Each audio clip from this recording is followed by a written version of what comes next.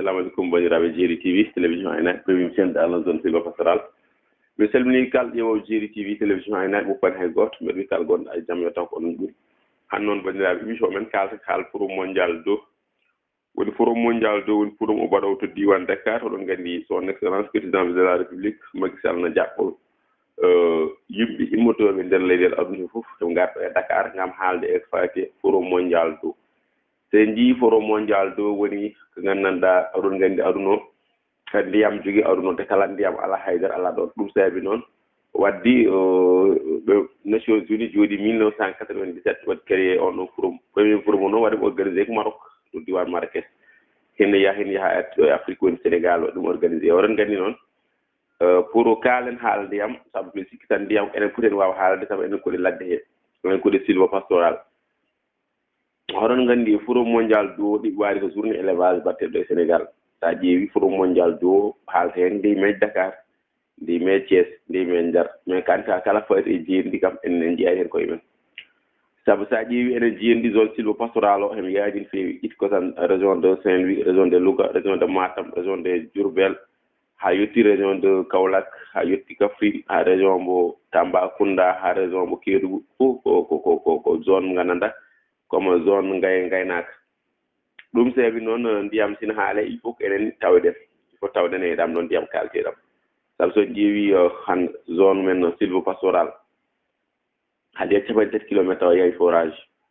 eyyi haade yimɓe gananda ƴugede hedde 20 kilométre chaque jour 20 kilométre chaque jour te kadi sino wonin hay wona 20 kilométre chaque jour tan tampere nde haaɗi ɗon tan ina wawi weede yo haɗ ɗon mais en kalani haala noon mètre kibo hem jeyatgel zone SYLVO pastoral 500 francs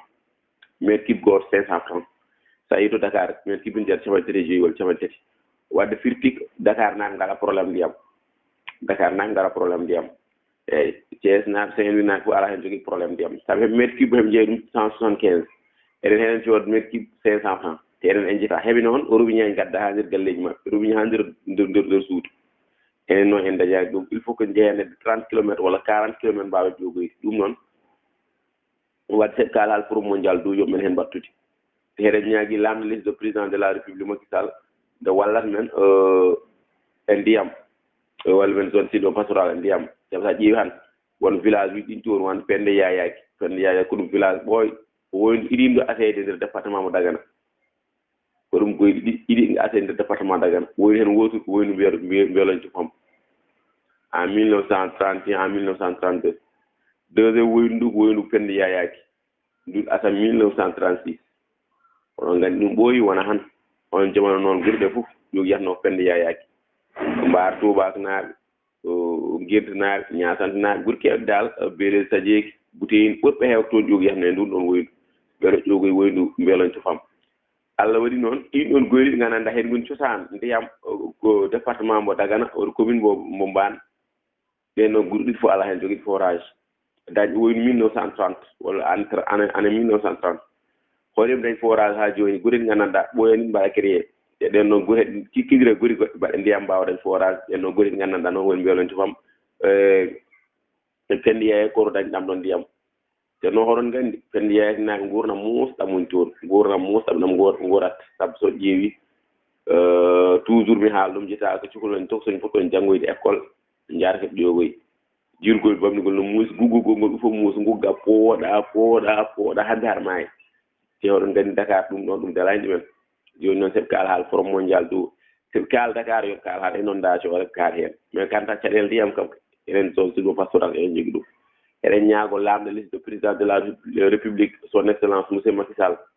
nde yeccitte zone SYLVO pastoral o saabu sa ƴeewi pende yayaki guri kewɗe ne tarti ɗum belel sadieki pende yayaki wolof guri kewɗe ne taari ɗum wona mbiya hewcate zone uji kewɗi dal ɗe tarti on ɗon zone eyyi ɗum noon waddi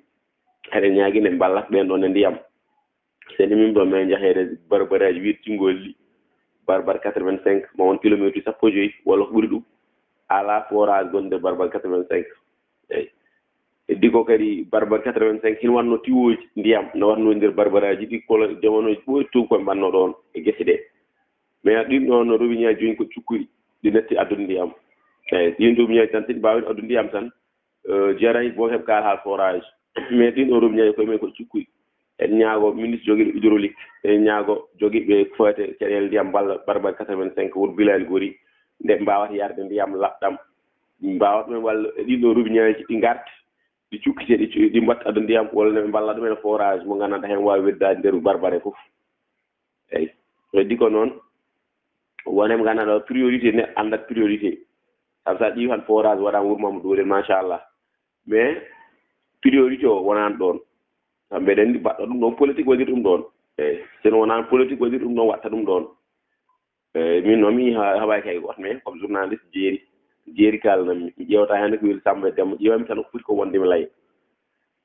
en tant que barbar 85 walla barbar 86 forage ne waɗe ɗon fof no waɗe ko centré so waɗama centré wawa weddade nder banggueji ɗi foof wirtingoli barbar 85 sino waɗteno forage ko centré watte bo wawa weddoyaji banggueji nayyi ɗi foof barbar 89 en ɓuuri mo wone barbaraji sa ƴeewi heɓen ala forage ala haydara heɓini e ponno wawa dañde ko wawi ɗumen yaade ɗon ɗum noon wadde ko laamu lesdi Sénégal haalate ɗum ɗo wona commune waɗata ɗum ko laamu lesdi waɗata ɗum ɗum ko ministre jogii hydraulique waɗata ɗum ministre jogii ɗo foyete ndiyam on jogii ɗum noon waddete ñaago laamu lesdi Sénégal nde walla ɓen ɗon e ndiyam laɓɗam sen immim toon min njaheede wuro witeengo Setki Boowe min njah commune mo Fanayi haa commune Ndiayen Penda Haw département Podor caggal nde yimɓe nde département mo Dagana e département mo Linguére bandiraɓe tedduɓe o village wiyetee ko Bummoodi kette inɗe ɗen feewi o village wiyetee ko Teccaane o village wiyetee ko Suusaan o village wiyetee ko Jalli o village wiyetee ko Fete Boññi ma won hedde village uji sappo pawɗi haa to diwan Cukkingel so a ƴeewi ɗin o village uji hakkude village e village woni kilométre uji sappo e joyi walla kilométre uji sappo ƴewta ko Teccaane naaɓe walla Bummoodi naaɓe walla Suusaan naaɓe walla Jalli naaɓe ƴogo yiyata ko goudron walla ƴogoye beelel ɓoggam si hakkude ɗon e ɗon min moƴƴonndiri trop min yehi toon o jiiɗɗo reportage mais so mi yehi toon a yurmete waajiɓe ɓen jogii caɗeele ndiyam ɓen foti haal ndiyam mais wona forum mondial d'eau kalteɗo hen wiye forum mondial d'eau yimɓe ɓe jogii caɗeele ndiyam tawi ngoni Dakar em jooɗoɓe lay ɗum ɗo wona hen jogii caɗeele ɗe enen jogii sabu so a ƴeewi village mo mbaɗimaymo han hakkude tan Fanayi e Bummoodi mo wonede 15 kilométres walla 17 kilométres ñande fof tomi guppiyat tomi ƴoogiyat tawɗon ngadi ndiyam maayo bon wona ndiyam poɗɗam yareede wona eau potable wona ndiyam poɗɗam yareede mais ɗam ɗon ndiyam ɗam jarata wonɗo yimɓe mbi kalam a yiyi an yeeya mo musde tawnum wadde ko ɗum woni ɗon ɗum noon tigi yehi heɓe kaala haala forum mondial d'eau heɓe kaala haala ndimeji ɓe mbi yo laamu lesdi Sénégal yeccita dimen yo mbaɗ feere heɓe ɓe jicci ɗo ɓesngu Sénégal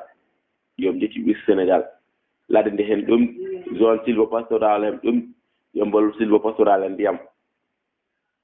ken immima commune on ɗon mais jak commune mo Ndiayen Penda Haw wuro wiyetee Hamme Dula wuro wiyetee Fete Oole guri taatiɗe ɗon fof so a ƴii on ɗon zone on woni zone fof hem zone ko ɓurɗo ɗum e zone sylvo pastoral o hem jogii caɗeele ndiyam no feewi hem jogii caɗeele ndiyam sabu so a yii Hamme Dula ƴita ɗon ko site dow mo nganndanɗaa site dow wonani hay 50 000 francs site dow feewnim ko wonani hay ujunere sappo so a yii tan an ɗum ɗi waari ko sabotage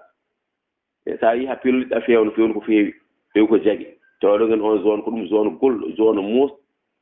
waɗi jam ni ñon goyɗi gonɗo toon mais han hin sampiri mais haa fa wonɗo ndiyam ɗam yettoyaaki so ƴeewi jaarɗe koyle jaarɗe cooyel bon mu wawi taw dañi forage mais won jaarɗe koyle en wona jaarɗe oggel en ono zone fof hem jogii caɗeele ndiyam em jogii ŋakkeere ndiyam eɓe ñaago laamu lesdi Sénégal nde wallata ɗumen e yaltina ɗumen nden caɗeele heddi ko noon ladde nde hen yaaji sylvo pastoral hem yaaji kalam haali ɗum ɗo tan kaala ɗum ɗo mais fof waawa haa heɓe heeƴi émission gooto ɗum noon son jooɗiima Dakar hoɗo mbi kon waɗa forum mondial d'eau hoɗon kaala haala caɗeele ndiyam te on jiccitake zone sylvo pastoral o mais min gomta on ɗon forum mondial d'eau sabu so a ƴeewi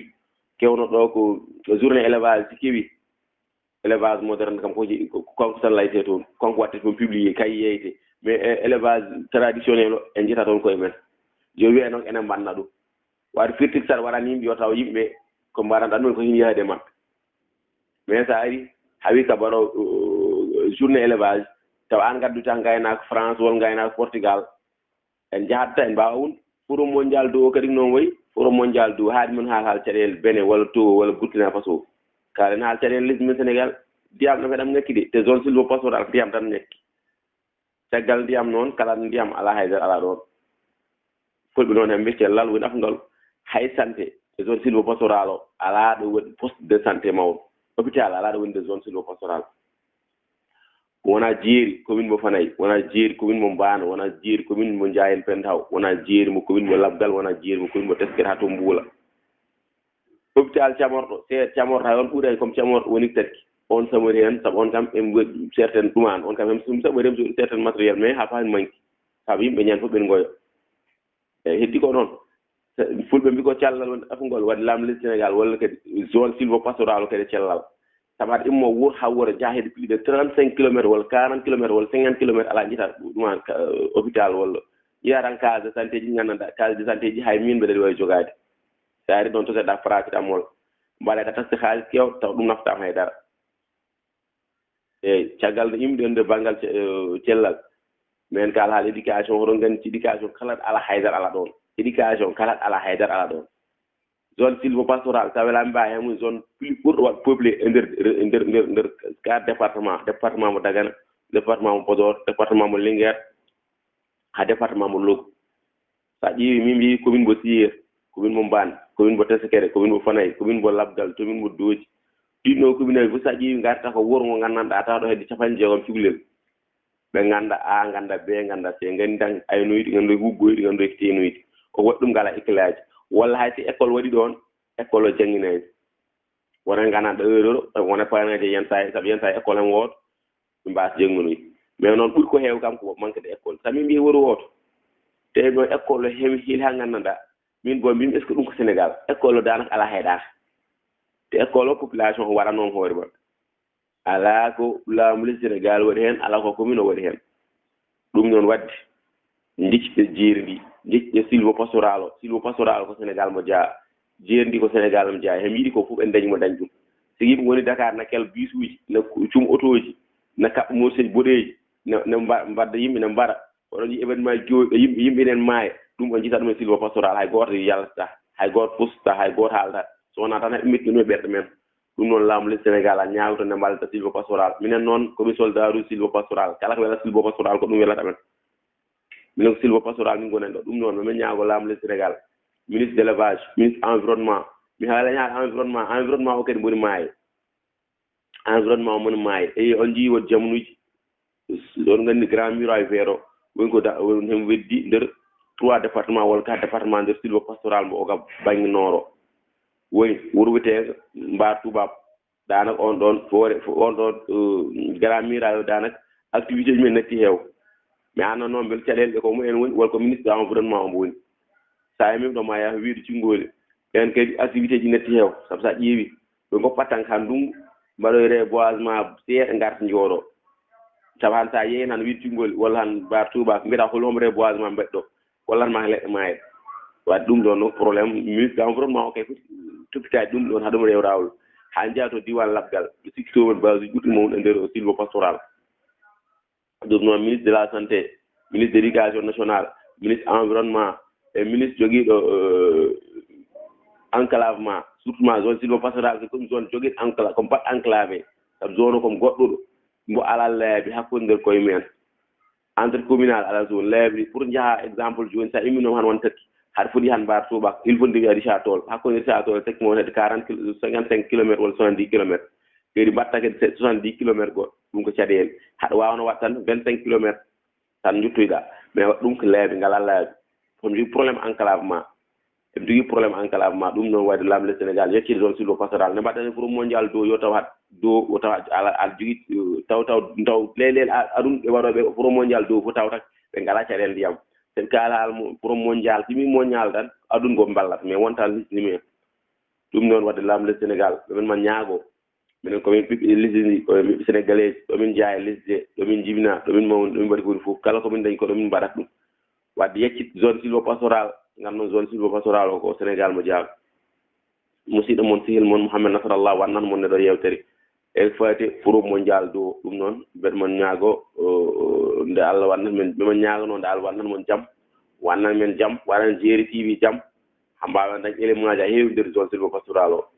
e bientôt noon mbaɗen inigre nouveau men studio e nden studio goto mawɗo nder Dakar toon inchallah bisimillah après ramadan o rek so wonde welede Allah mi salmini fof mi juurima fof mi ñaganima Allah fof yo Allah waɗan mon jam o guirmon sehil on Mouhamed Nasrallah jama